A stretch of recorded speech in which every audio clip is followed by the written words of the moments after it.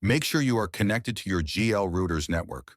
Open your browser and type 192.168.8.1 in the URL bar.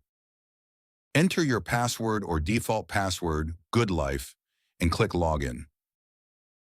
Once logged in, click on Connect and Repeater section and wait for scanning to end.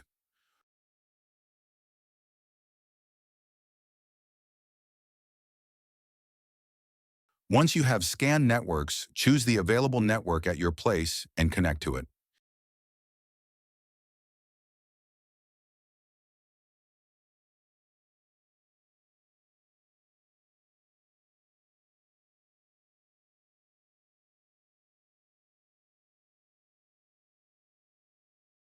If you see the error, refresh the page a couple of times.